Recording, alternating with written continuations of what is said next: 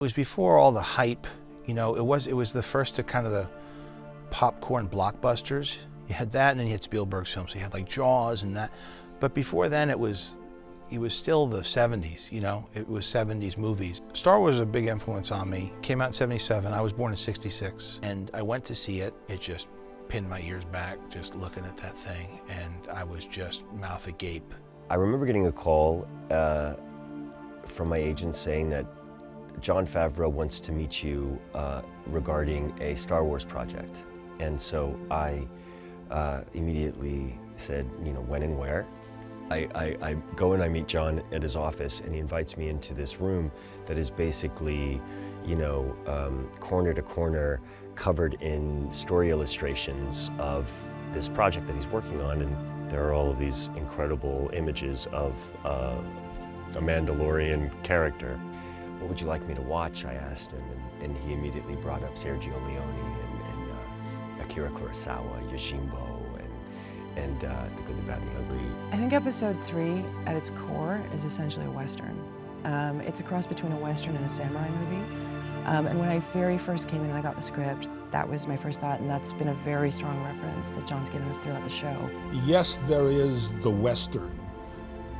It is from the West, as we know it, that particular type of storytelling.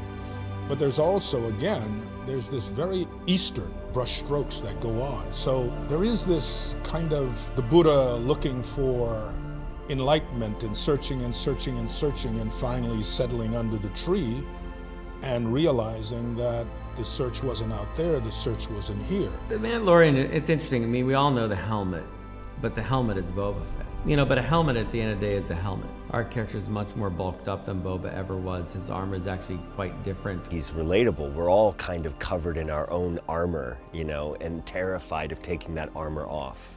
The pilot, my job was to show this guy as he is. Iconically cool, flawed, mysterious, lone, you know, loner, gunslinger, that... As he has been, a hardened kind of weather-beaten person that, you know, has been through things we can't imagine and is just doing a job.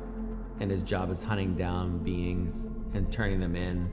The consequences of that, the morality of it, I get paid.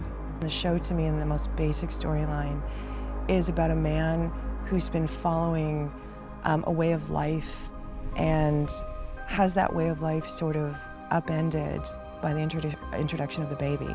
And it sort of changes his life, and I think he's reevaluating his priorities and what means something to him. And I think it starts to make the gears in Mando's head wonder, what am I doing here, and where is my line? I've lost this idea of, you know, being a mercenary or being a person. There are such universal themes in the Star Wars stories, and ironically, I think people feel that it, you know, despite being fantasy, science fiction,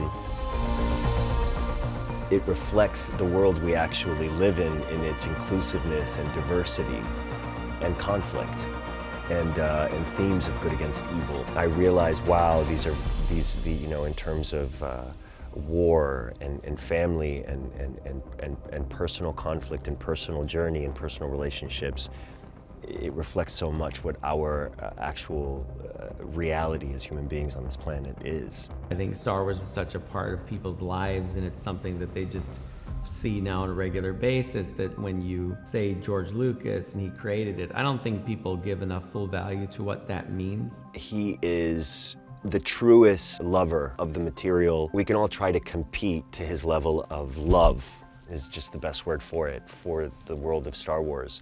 And we would all lose against him.